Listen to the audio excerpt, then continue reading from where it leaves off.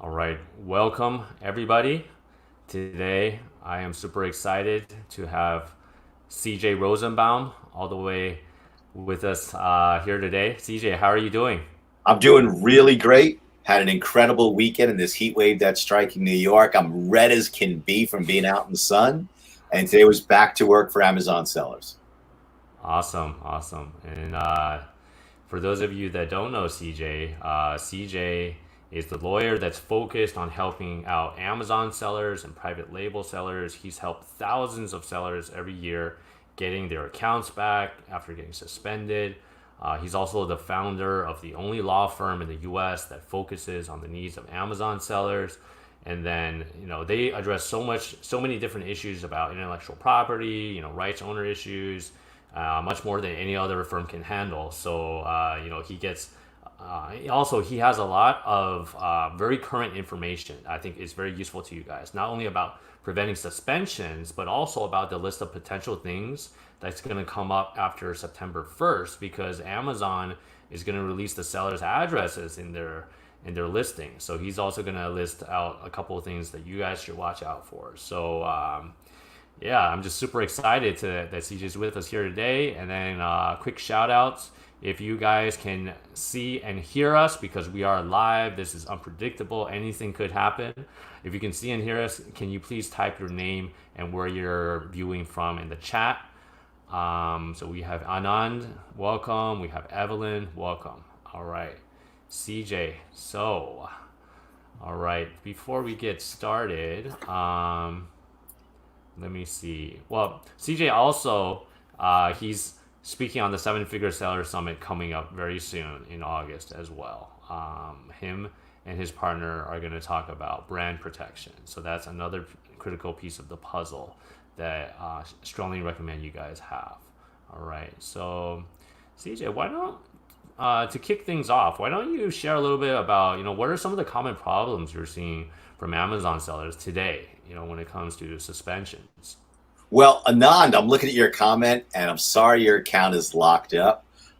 What we are seeing is Amazon's going back to the basics of suspensions, like the basic bread and butter of suspensions. Inauthentics are just increasing week over week over week over the last, I'd say, month or so. And that's the bad news. The good news is the harder suspensions, the price gouging, the Amazon sellers attacking each other, review manipulation, that kind of stuff has been on the decline now also for about a month or so. Like as people are getting used to the pandemic, all the new problems that just bolted out of nowhere from the pandemic have sort of calmed down. And I believe it's become a little bit more of a stable ecosystem to sell products on. Excellent. Okay, so inauthentics are increasing week by week. For those of the people watching that are familiar with that, what exactly is that? All right. Inauthentic is Amazon's request to a seller, their nuclear request for you to show Amazon where you sourced your products from. It is about invoices, invoices, and invoices. So sourcing is a really vital key to being successful on Amazon. One, to get good products, make sure you're getting genuine products, but also to be prepared to defend yourself when Amazon wants to see where you sourced from and that you can trace your goods all the way back to the manufacturer. Excellent. Thanks for that explanation.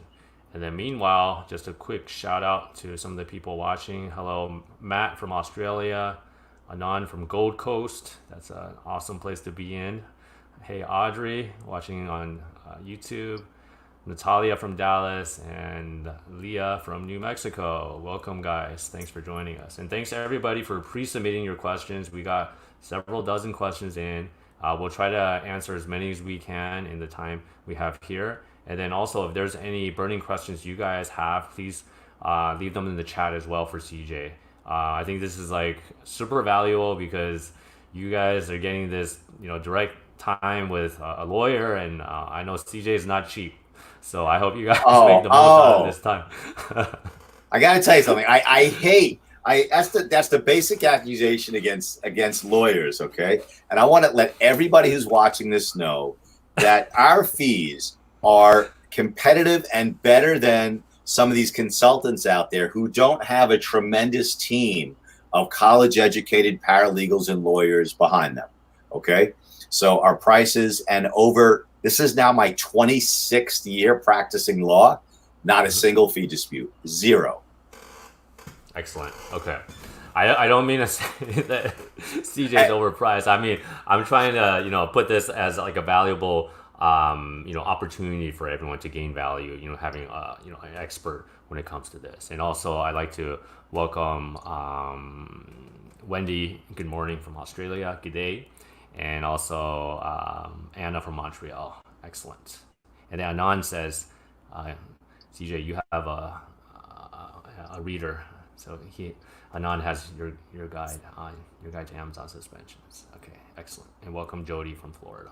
Okay, so CJ, why don't we start off, with some of the questions we received from viewers in advance. In terms of prevention, I think trying to prevent Amazon suspensions, this should be the first line of defense. What are some best practices to prevent suspensions in your view? Okay, I'd say the number one thing to prevent suspensions is to focus on your sourcing, where you're getting your products from. One, to make sure they're genuine. Two, make sure they're well documented. Okay, that you can trace your source of the products back to the manufacturer. Because when you deliver high quality products in current packaging, okay, you're going to draw less complaints, less issues from Amazon, and that's the best way to avoid a suspension. So it goes back to sourcing.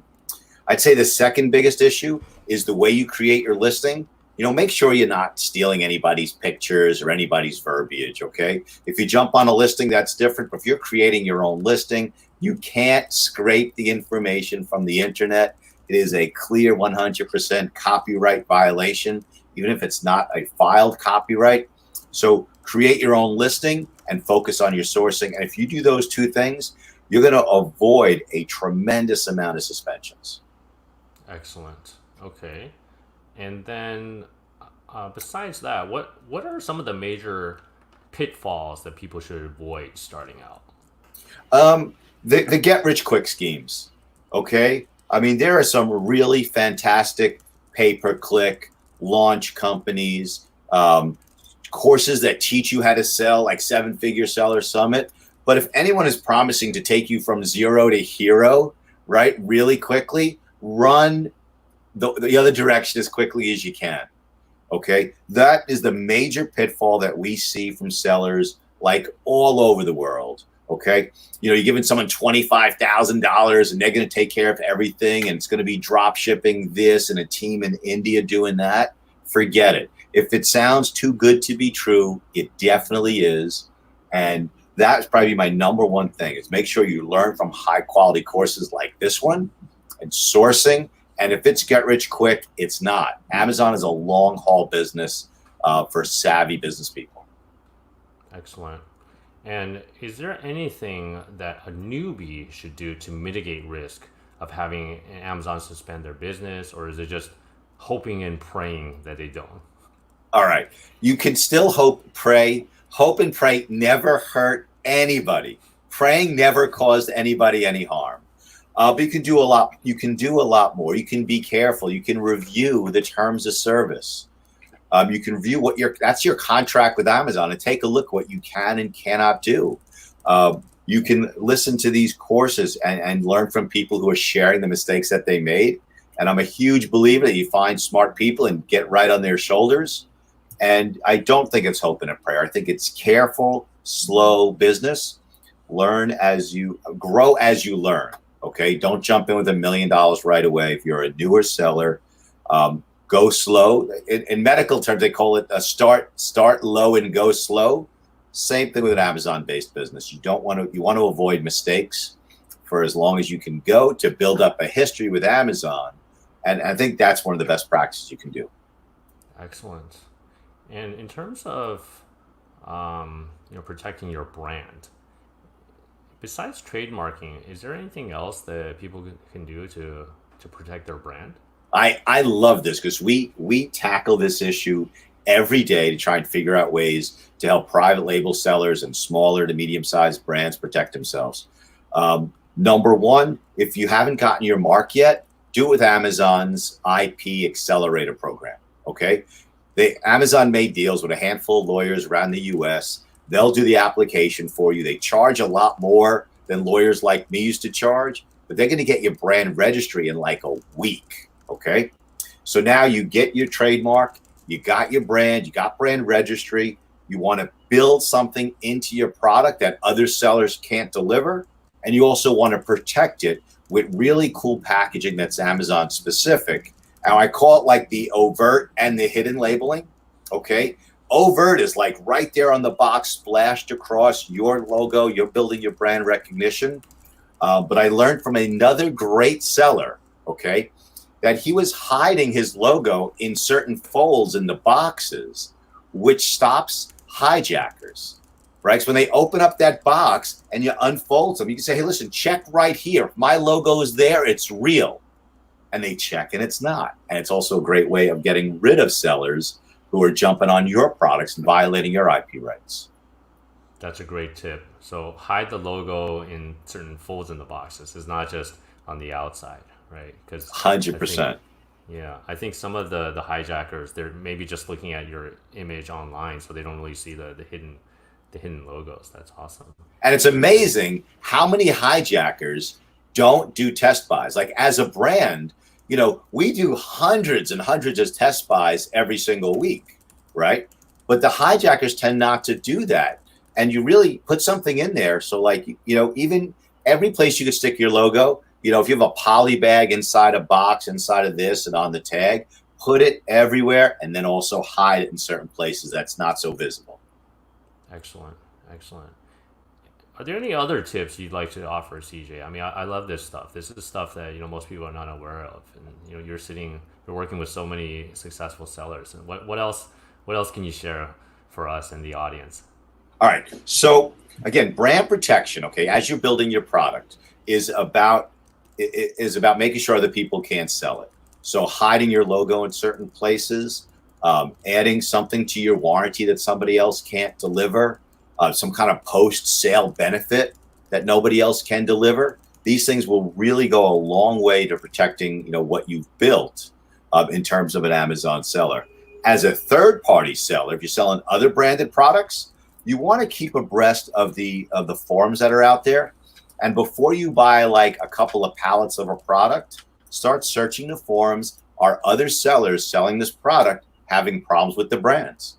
And if they're having problems, you know, that's something you may want to avoid. You know, the name of the game is to sell without issues and go slow and grow, right? So if, like, for example, Samsung has been awful in terms of some of their headsets, right? So stay away. You're not going to make $1 million doing it anyway because there are so many other sellers on that product. So before you invest, do a little bit of research. Are other sellers having an issue on that product? And if they are, run for the hills and go into something else. Interesting. And then we have an interesting comment here and question from a Facebook user. I have a secret code hidden in the packaging. Would that work too? I love it. It does. And if that secret code leads you to some added benefit, like a special page on your website, you know, or a coupon for your next purchase, or the ability to read or receive something from the brand, or a consultation, that's killer because nobody else can deliver that. And if you have, you know, multiple code, like everyone gets a different code, it's great. I don't remember the software solution that does that, but it's not a real difficult thing to add on. Also, I don't know if anybody watching this, you know, remembers the days when you'd actually buy software and it'd come on a disc with a bunch of numbers you had to type in. You weren't buying the disc, you were buying a license to use the software. And the Facebook user who's putting a code in is doing something very similar to that. They're getting a license and no one else can sell your license. So a secret code hidden in the packaging, yes, that works. Interesting. And then if it leads to the website, like what are some things you can offer, like a consultation or maybe like a bonus, like a video or something? What would you suggest, CJ? It could be a special page on the website that you have a code you can get in. It could extend the warranty or give you a different warranty. It could put you in touch with other users of the product. Like you got to look at what you're delivering, okay, and say what are the benefits the consumer gets that nobody else can deliver, right? It could be like just to a Facebook group that they have that code. That's the magic code. That's the golden chocolate bar, like from Willy Wonka, that gets you into that Facebook group. Okay. So I love the code. It could be used for myriad things. And that's just some of the things. I think it's a great idea. Excellent, and thank you for that. And it's just too bad I don't know your name. It says Facebook user. Can you type your name, like whoever entered that? I just like to give a quick shout out to whoever that is. Okay, I mean there's certain limitations with StreamYard and Facebook because we're simultaneously broadcasting on Facebook Live and YouTube. All right, excellent. And then well, I hope he or she gives a code that if we put in the code to join the group, then we find out, who he or she is. Yeah, that would be genius. Yeah. And I believe that's Tusef. That's Tusef. So thank you, Tusef. Awesome. Okay. All right. And, talking about your brand, CJ, what exactly is the brand? Can you explain to us, like, what that comprises of? Oh, what my brand comprises of, or brands in general? No, I mean, in terms of brand protection, is it just your trademark? Is it like what assets? I mean, what exactly is it? Can you just like spell that out just for us? Yeah, your brand is everything the consumer receives, tangible and intangible, by buying your product. It indicates the quality of the product and also the extent of the experience a consumer receives when they buy one of your products. Okay, so let's take McDonald's versus Ruth's Chris Steakhouse. Right? McDonald's has a tremendous brand. So does Ruth's Chris. You know exactly what you're going to get when you go to McDonald's in terms of the French fries, the quality or the lack of quality in the burger. You know exactly what it's going to taste like, and it costs you $4.50. Right? You go to Ruth's Chris, you're buying a burger. It's a totally different experience. So that the branding is everything that leads into your product, the product itself, and also the entire experience that comes along with it. The reliability or the lack of reliability. That's what branding really is. It's what that consumer can count on receiving when they buy your branded product. Excellent. Okay, I love that analogy. McDonald's versus Ruth Chris. It's not just the steak, right? It's the whole experience that you get. And the Ruth Chris, I mean, they can charge a high premium on top of that, in terms of McDonald's. Okay, excellent. And do you want to get a little into what Amazon is going to do on September 1st, and when it comes to the seller addresses? I think a lot of people have this fear about their home address being listed publicly on Amazon. All right. So one, I hate like being like a fear monger. I'm like a naturally positive guy. Okay. But with that said, on September 1st, as of right now, Amazon said they're going to publish the owner of the account, which is either going to be a person or an entity, the address, okay, and it looks like your email address. We don't know about phone numbers yet or not, but it looks like Amazon is just going to dump all the contact information right on the listing and on your storefront, right? And that comes along with a boatload of potential time bombs where what I did is I went to my entire firm. Every Monday morning, we have a worldwide meeting with our teams on both sides of China, everyone here in the United States. And I said, okay, I need everybody to send me a list of the potential problems you think sellers are going to face when everything goes public, right? And I've got like I got about 50 pages here of different topics of issues that are going to come up. And one thing, especially if you're a third-party seller, the brands are going to know who and where you are, right? And so that's a problem because usually you had this sort of protection, this anonymity of selling from Amazon, but that's going to be gone. Also, potential liability. If you were, I don't know why, okay, but we've probably had about a dozen cases where bidets have caused flood damage, right? Yeah. And so the homeowner recovers money from their insurance company, but then the insurance company wants their money back through what's called indemnification. And they end up going to Amazon, who then passes them through to the seller. But now that's going to come straight to you. So there's a lot of potential problems. Although I hate stroking like fear and stuff, but September 1st is really a potential storm for Amazon sellers. I see.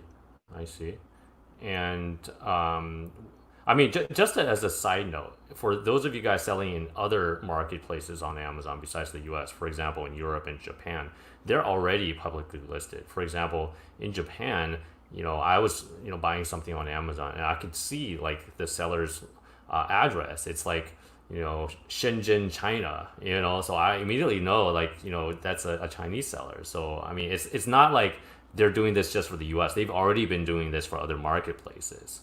So, I mean, what should sellers do to try to at least protect themselves, CJ? What do you suggest? Well, I think you need to look at it and use whatever you can to your advantage. Okay, 100%. Like, for example, made in America goes a long way if you're selling to Americans. Okay, especially with the current political climate.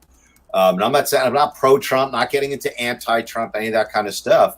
But if you're a seller located in the United States, there's no reason why you don't want to use that in terms of your listing.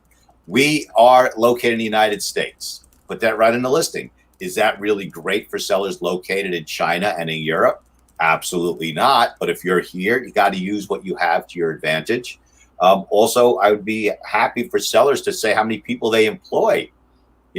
Right now we're experiencing tremendous unemployment, right? So if you're an Amazon seller and you're employing people right here in the States, that goes a long way.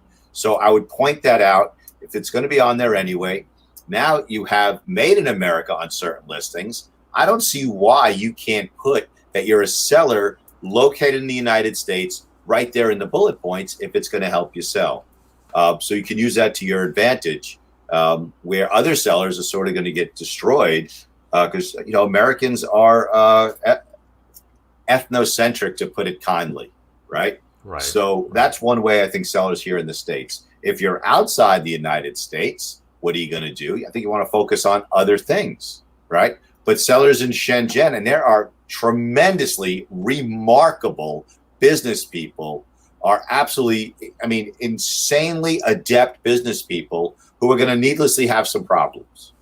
Another thing you want to do is if any of you are operating multiple accounts with the same address on Amazon, that problem could explode, absolutely explode with the addresses now so transparent.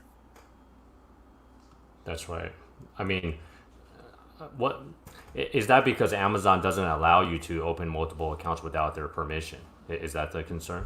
Well, it used to be you needed Amazon's permission. You would apply for a second account, submit that you were selling a different branded product in a different category, that you a history of selling, blah, blah, blah, and Amazon would grant you permission to have a second account.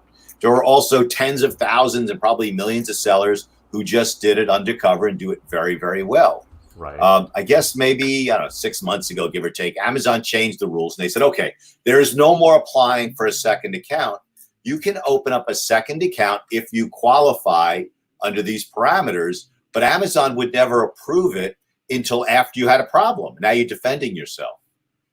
So sellers, for the most part that we see, if they have multiple accounts, have done it sort of undercover. And I don't know what's going to happen because those multiple accounts were created before the rule change. So we have no idea what Amazon's going to do. The flip side is like, hey, what can I do in advance, right? So is it wise to change the address on other accounts? On the one hand, it might be a great thing to do in advance of September 1st. On the other hand, anytime you change something on Amazon, you risk a suspension, even by changing a credit card or a bank account, which doesn't make any sense at all. But it does. We see a lot of that where there are suspensions just from making changes. That was a lot. I'm sorry. I was babbling on. I'm sorry about that. That's right. No, this is good. This is good. And I apologize for the background noise. Our son Harrison is a little active this morning. So, but this is live, so I appreciate everyone for. Are you bringing him on camera today? Not today. He's in the other room. I think he's playing over there. But coming back to our comments, we had several questions, CJ, about opening a new account, and especially, Amazon has the utility bill requirement, and for example, A Pars had a question. I am going to open my account tomorrow. A newbie here. Is it okay to use a utility bill that has my address, but also my husband's name, along with mine? And there was a similar question from Mark. Opening new account but using virtual office for receiving mail packages, basic address will not having utility bill work as work from home. Thoughts? I guess the main concern is, as many of you guys know, and CJ, you probably as well, when opening up a new account, it's kind of frustrating because Amazon will just suspend you first and then ask for this, that, and the other thing, and then it could drag out. So, any thoughts on that, CJ? These Okay. questions. For the woman who has the husband's name on the phone bill, right? I would say take his name off it, right? Try and get a new bill and then use that. Okay. I've never seen a utility bill rejected because it had a spouse's name on it, especially if it was the same last name. But if you can streamline it, I would do that. I understand it might delay you starting your account, but I think it's better. I'd rather wait another week or two and take the name off the account, get another bill emailed to you, and then use that rather than worry about it being a problem. In terms of Mark's question, which Mark, I think is a really great question. The problem you have with virtual office locations is if other sellers are in that virtual office location. So if you're using a virtual office in like Brooklyn, New York, or Lakewood, New Jersey, or some of the other hotbeds for Amazon sellers, it could be a problem. If you're more in a place where there's a less concentration of Amazon sellers, it probably won't be. And in terms of the utility bills, see if you can get a rider to your lease that just states that utilities are included. Okay. If you're using like Regis, their contract, I believe, says that utilities, internet, all is included, but then Regis is a virtual. So you're looking for something to allow the Amazon staff, who's mostly in India on these things, to check a box, utilities are covered. Either it's in your lease or you want to get a rider to your lease. I see. And when you say rider to your lease, does that mean they would add my name to that utility bill? This way I can produce that document for Amazon. No, by a rider, I mean like you have your normal lease, it's usually a form lease, and there's a one page, and it literally says on the top, rider to lease, and you'll put like 2 or 3 things. One of the things is going to be that all utilities are included in the lease. And then you would send that one page rider, and I could email anybody who wants it. I'll send them a sample rider. It's a piece of cake. Awesome. And that you send as your utility bill because it shows that utilities are included, and it allows the people in India to check that box. I see. Okay, that's great. And then follow-up question, what if you don't have a utility bill? Is a cable bill good enough? I haven't opened an account yet. This is from Yvette. We never know what's good enough or what's not good, except when you're successful. And the honest answer is you never know exactly what's successful in any given case. We're usually sending in several documents. These are all they call business verification issues. So a cable bill, I think, is a utility bill, and if that's what you've got, I would send that in. But you can also do things like have your cell phone bill that's billed to the name of your Amazon account or the business that owns the Amazon account, right? Have that sent to the address you're giving Amazon, right? So is it a pain in the neck to change the address? Yes, but now you have a document that fulfills that issue on Amazon's end of it. So instead of trying to find ways to sort of get around Amazon's system, try and ride the horse in the direction that it's going. Amazon wants utility bill, get it a utility bill. Change your cell phone to that address. Get that rider, get something to let them check that box. Yeah, I had similar issues when Amazon asked me for a utility bill and also a bank statement, and I was in China at the time. It was a really pain in the butt. I had to go talk to the bank manager several times, and then I ended up having to, I think, change. I forget what was it. I think I had moved, so I had them, because they wouldn't issue a document unless like I do a change of address. So anyways, you got to think outside the box sometimes. I mean, as successful e-commerce entrepreneurs, this is what we got to do.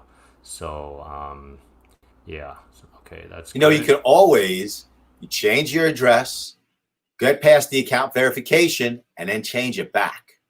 Okay, Now, the new terms of service says that Amazon, will continuously do business verifications indefinitely. We haven't seen that come to fruition. Okay, so you change your bills, it goes to your virtual office or whoever address you're using. You get the documents all together and then change it back to your home if that's easier. Right. In other words, it's not permanent. You can change it back. Okay, not permanent. Very few things in life are permanent. That's true. That's good advice. Guys, if you're watching, if this is helpful, can you do me a favor? Can you hit the like button? I'm trying to get more, just to do better. I mean, if this is helpful to you guys, as CJ's, taking time out and answering these questions, we would appreciate that. Okay, great. And Apar says, thank you for answering my question. You're welcome. Okay. And then we have a lot of question about these type of minutia, like if there's like a suite number, if it it will have a unique suite number. There's like an apartment, I live in an apartment building. I mean, is what you said earlier, CJ, does that kind of address those issues? Yeah, I'm trying to adjust my light here a little bit. It does. So Yvette, in the HPD housing, the Mitchell-Lama, which is a fantastic program. My grandparents had Mitchell-Lama housing. I wish I'd held on to it. Same thing.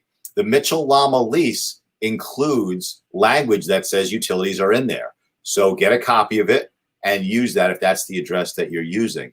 Same thing with the suite number, right? You want to add that suite number, right, to all your documentation in advance and sort of gather up this morass of documents, in advance that you can then submit to Amazon, in the drop of a dime. Great.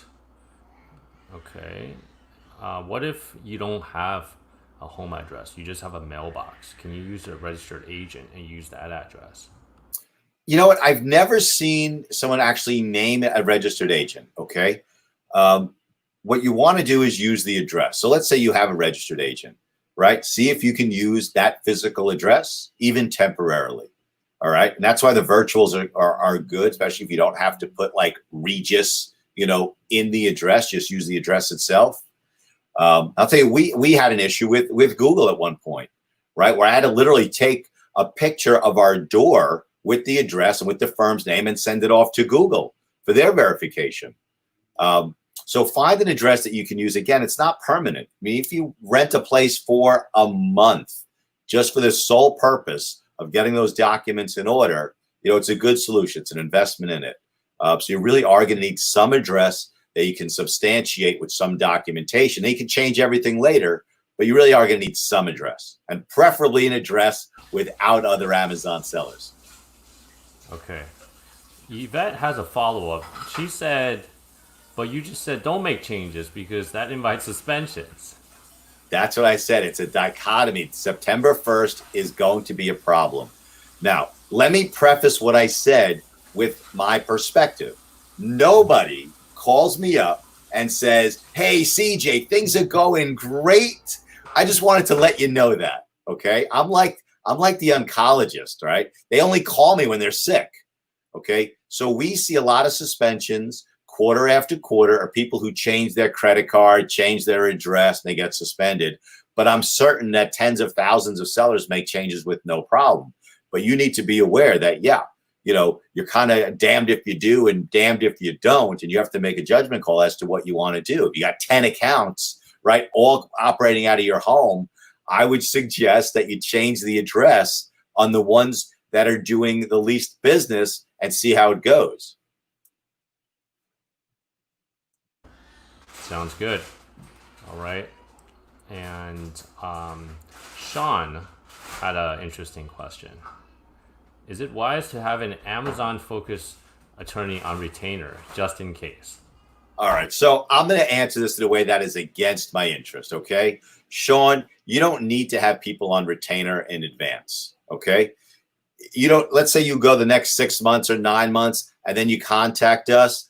We're still going to represent you. We're still going to help you out with your plan of action, your appeal, your arbitration, your protecting your brand. So there's really no reason to tie your capital up in advance. And economics 101, cash is king.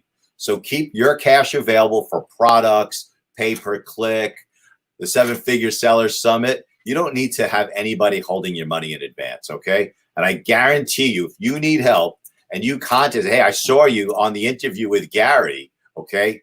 We're going to work you up to the front of the line right away without tying up your capital now. Excellent. That's great advice. And I like how CJ, you're a straight shooter, right? I try. Yeah. Excellent. Okay, thanks. Great question, Sean. I hope that answers it. Okay. And Yvette has a good follow-up. Do you have a straightforward list of things that might invite suspensions? Is that something you have available, CJ? You know, we don't, because it's constantly changing. Week by week, what the wave of suspensions is and what arguments are working in plans of action changes so much. So I guess I don't really have a list that I can send to you. But the number one cause of suspensions, I would say, is poor sourcing. Okay? The next would be violating other people or companies' intellectual property rights. So that's the short list. Source well so that you know you've got good products that are in current packaging. And number two, don't violate other people or companies' intellectual property rights. That's the short list. Excellent.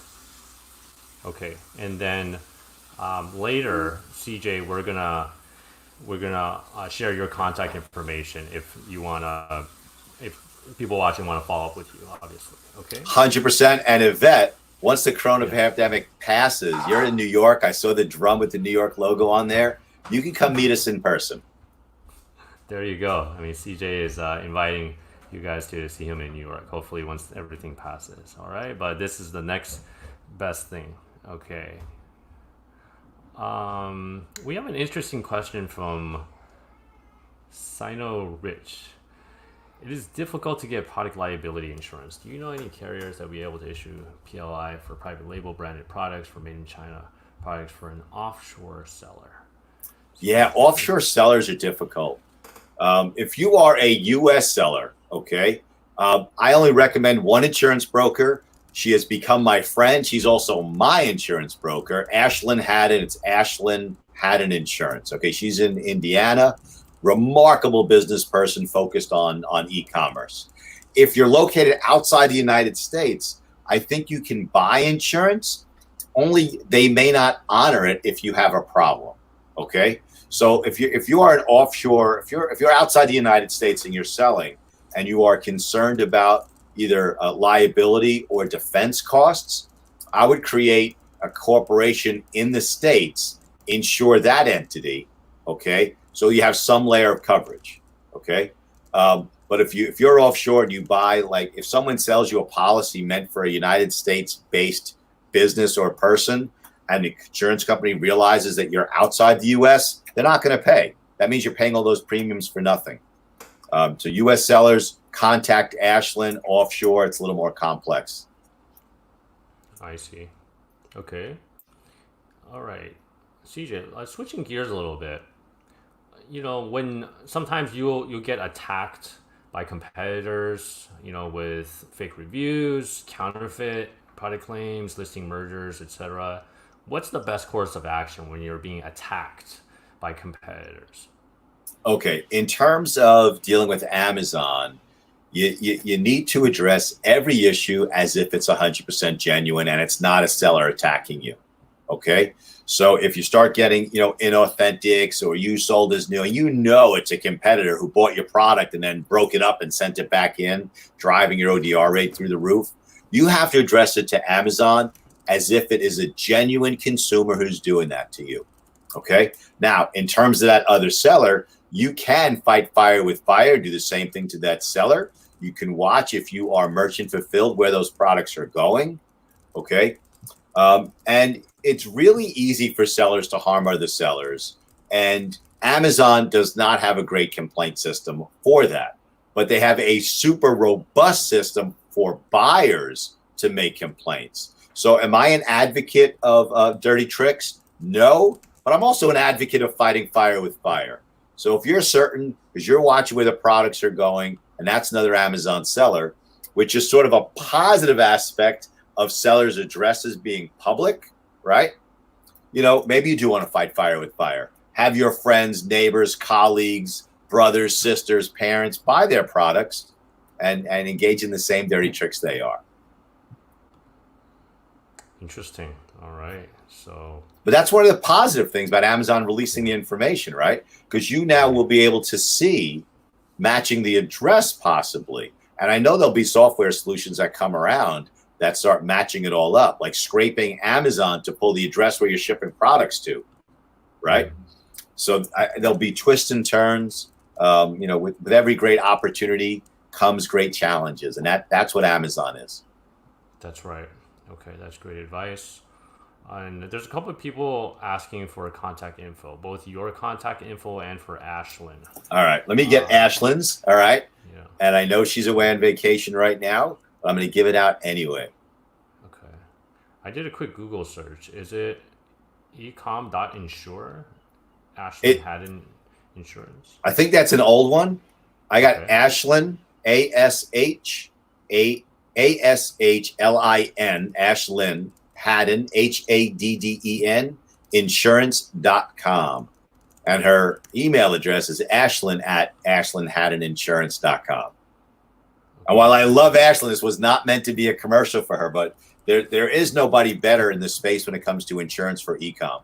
Absolutely. And when I needed her, I on the phone in 2 seconds, did what I needed her to do in terms of the claim that was made against us by a former employee, and just was on it like just insanely on it. Just great. Okay, great. I just dropped the URL in the chat for you guys that want it. And CJ, also for yours as well, your contact info, just in case people get dropped before we give you. Can you, what's the best way to connect with you? Okay. Listen, I'm kind of old school. If you want to speak with me, call me. Okay. That's what I like. I like to be able to speak with people. Wait, here we go. Get my bald head out of the way. 8779-SELLER. It's a toll-free number to call and let them know you saw me with Gary and you'd like to speak with me. And I'll get on the phone right away. If I have to call you back, I will. But I try and take calls that come in. You can also email me at cj@amazonsellerslawyer.com. We have a team of people that respond to those emails. And again, just mention you saw me with Gary, and I'll get back to you personally. And those are probably the best two ways, email or the phone. But I personally like phone calls better. You can hash out the issues. We get to know each other, and you can really get to the heart of it, I think, much faster than like instant message and, the chat bots and all that other stuff. But maybe it's just a sign of my age. I don't know. No, this is great. This is great. So again, your telephone number is 1-877-9-SELLER. Is that correct? Okay. 8779-SELLERS.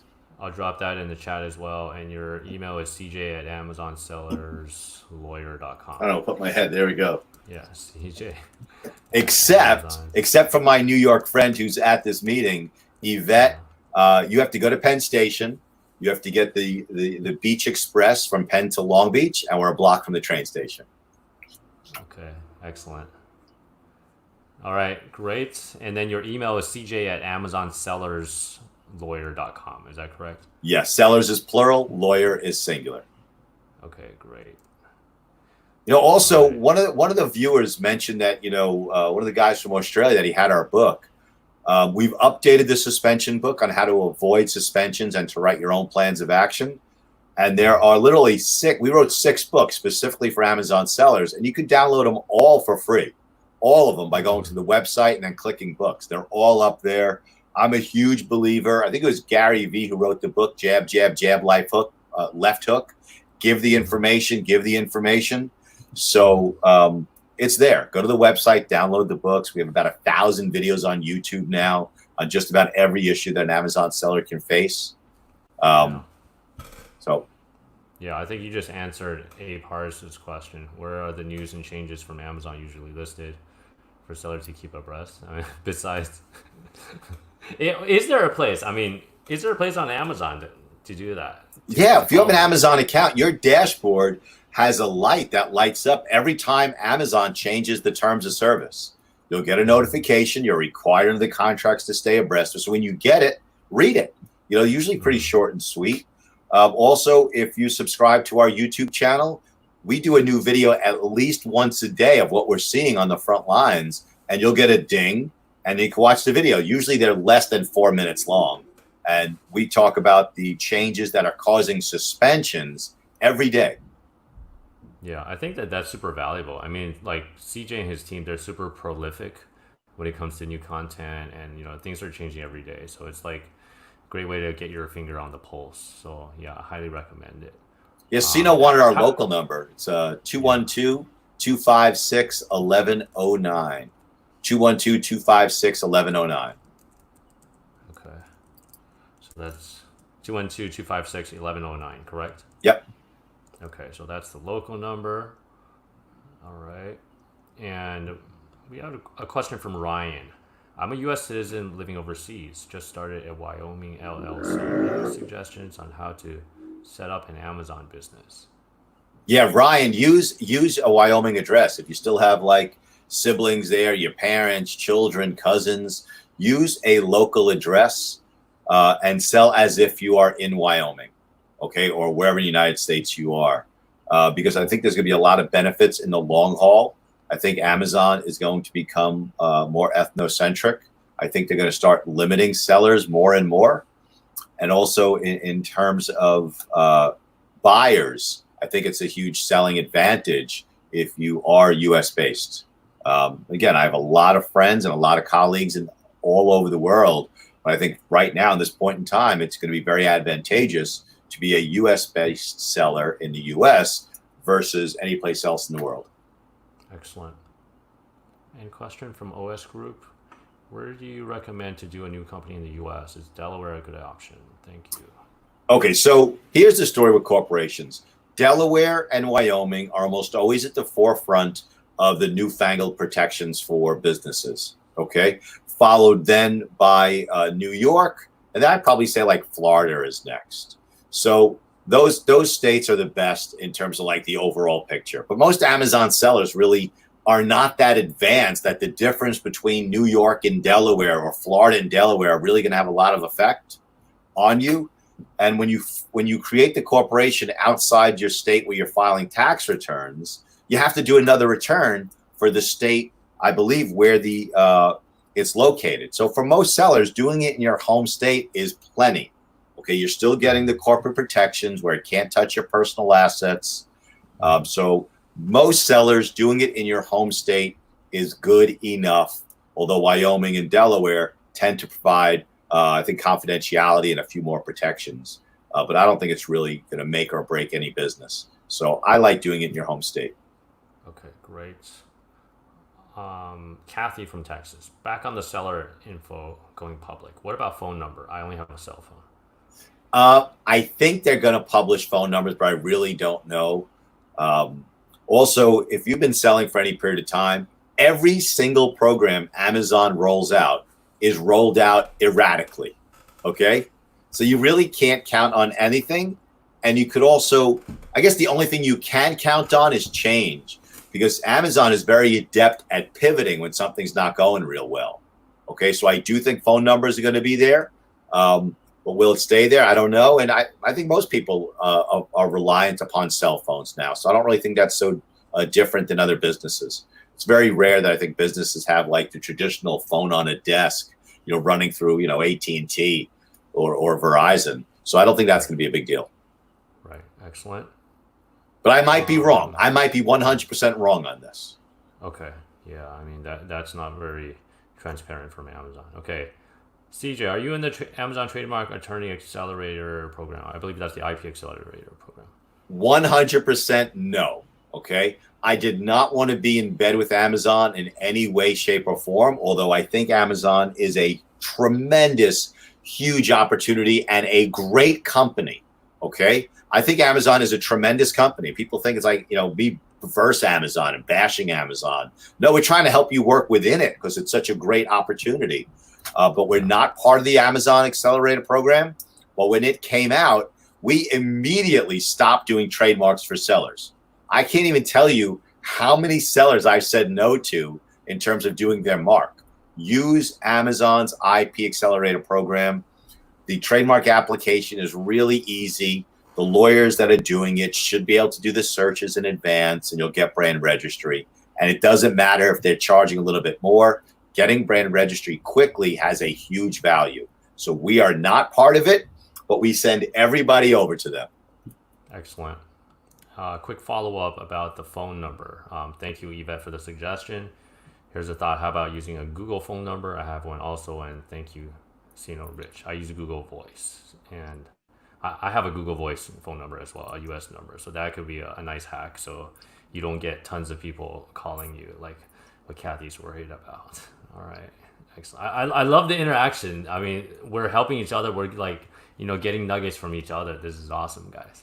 All right. So keep those questions coming. We have some more questions that people pre-submitted. So let's go back to that list. We just have a couple minutes left before we got to let CJ go.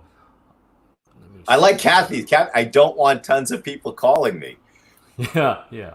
If tons of people are calling you, that's a good thing. That means you're making tons of sales, or people who want just a little bit more handholding before they buy. And there are companies out there like Zon Support, ZON Support, that can provide that staffing for you to take those calls. So listen, don't be afraid of growth. It's a huge opportunity.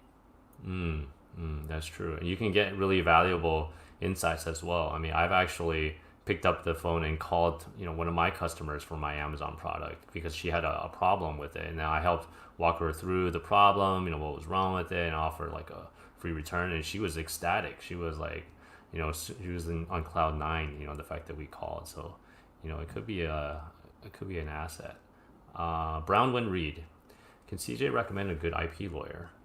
When it comes to Amazon sellers, there's no IP lawyer better than my team. 100% when it comes specifically to Amazon. There might be better patent guys out there or guys who are going to sue people for trademark violation. When it comes to IP issues specifically to Amazon, there is nobody in the world better than me and my team, because we have a fantastic team of lawyers, a fantastic team of paralegals deal with IP issues that are asserted against sellers and how to defend you and analyze them, negotiating retractions, or if you're a private label seller, protecting your IP rights. So my recommendation is my team, 100%, no doubt about it. Awesome. Great. We had a question that was pre-submitted earlier, CJ. Is there value in brand? Okay, I'm sorry. Is Amazon planning to do anything about false copyright infringement complaints? False copyright infringement complaints. I don't know the answer. I wish they would. If you are the victim of a baseless IP complaint, one, it helps you get it retracted. Number two, you have a huge billy club that you can use against that complainant.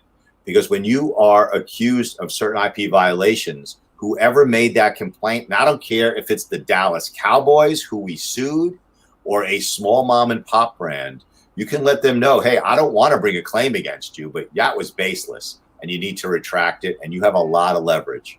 As far as Amazon is concerned, I think Amazon is just really adept at exploiting ways to avoid its own liability.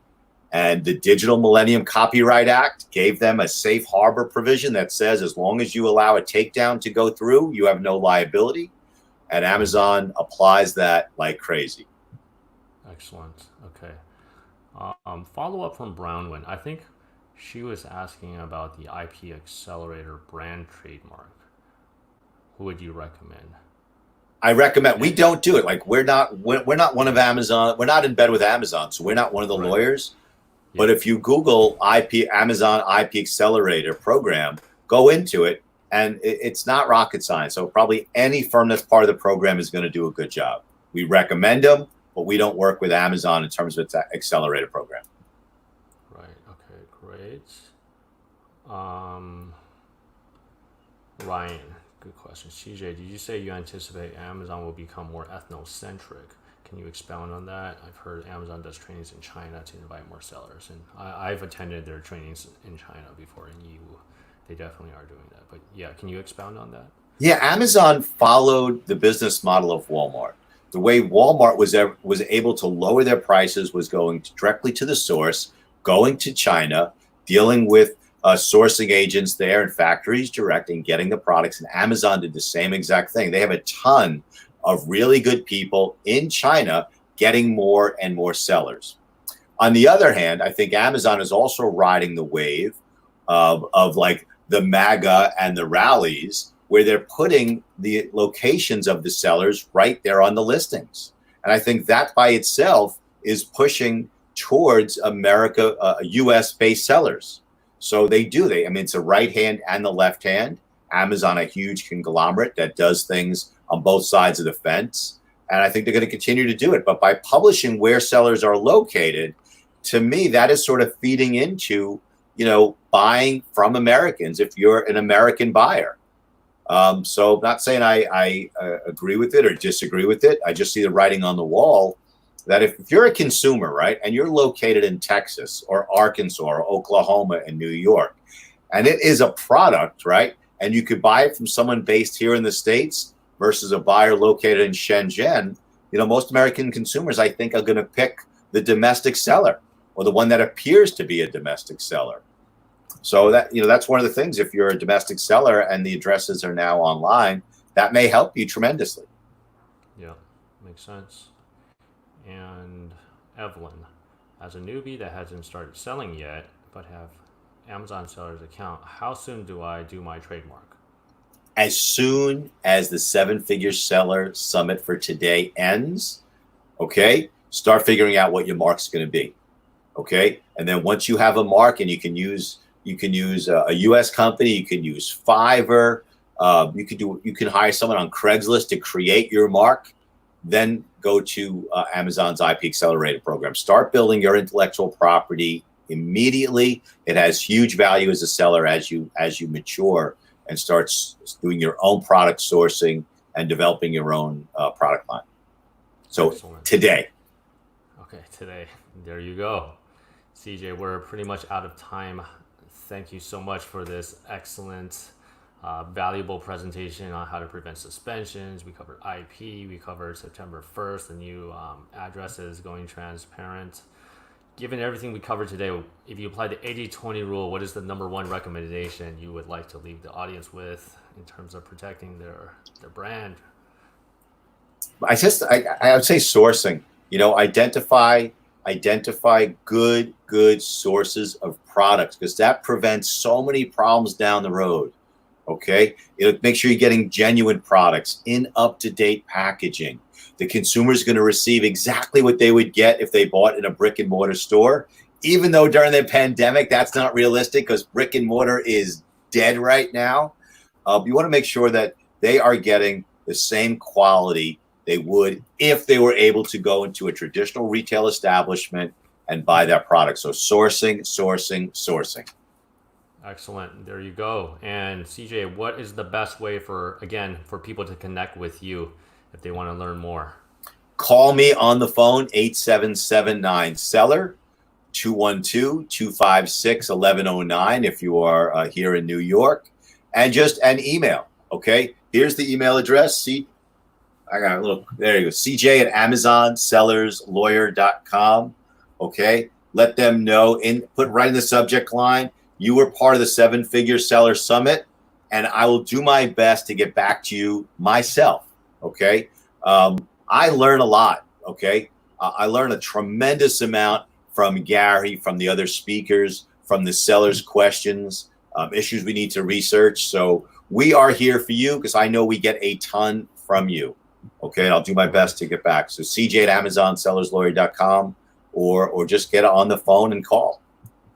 Perfect. So thank you again, CJ. And then I'm just going to display your number again for people that want. Oh, we forgot something. Okay, so yeah. There's a tremendous list of issues that's coming down the pipeline that we're anticipating. We don't know which ones are really going to hit and which ones are not. So anybody who is attending the 7-figure seller summit wants a list of those issues. Gary, how do you want them contacting us? But we have a special list of the potential risks just for your attendees.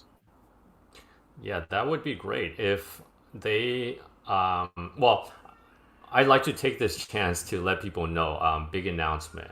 I'm launching the third Seven-Figure Seller Summit this August. So August 13th till the 17th, we're gonna do number 3. Okay, so we have 30 speakers lined up. We have CJ. We have a lot of the top sellers, and we also have a lot of people that you may not have heard of, but they're just doing it. They're not like gurus or anything. So if today was helpful, I highly encourage you to sign up for your free pass.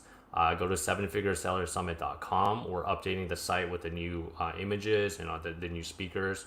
It'll be ready shortly. But make sure, if you haven't already, sign up with your email, and then we'll follow up with CJ's list of all of the information that he's going to offer. Okay, so again, sevenfiguresellersummit.com, and then you will definitely get everything that CJ promised. All right, so with that, thank you, CJ. Appreciate your time, my friend. I'm super grateful for all the knowledge you shared today, and thank you everybody for watching. Again, if this is helpful, hit like. Let me know if you want us to keep doing this, and also I welcome all of you to join us at the next 7-Figure Seller Summit, August 17th through the 21st. So we will see you soon. All right. Thanks again, and take care, everyone. Bye.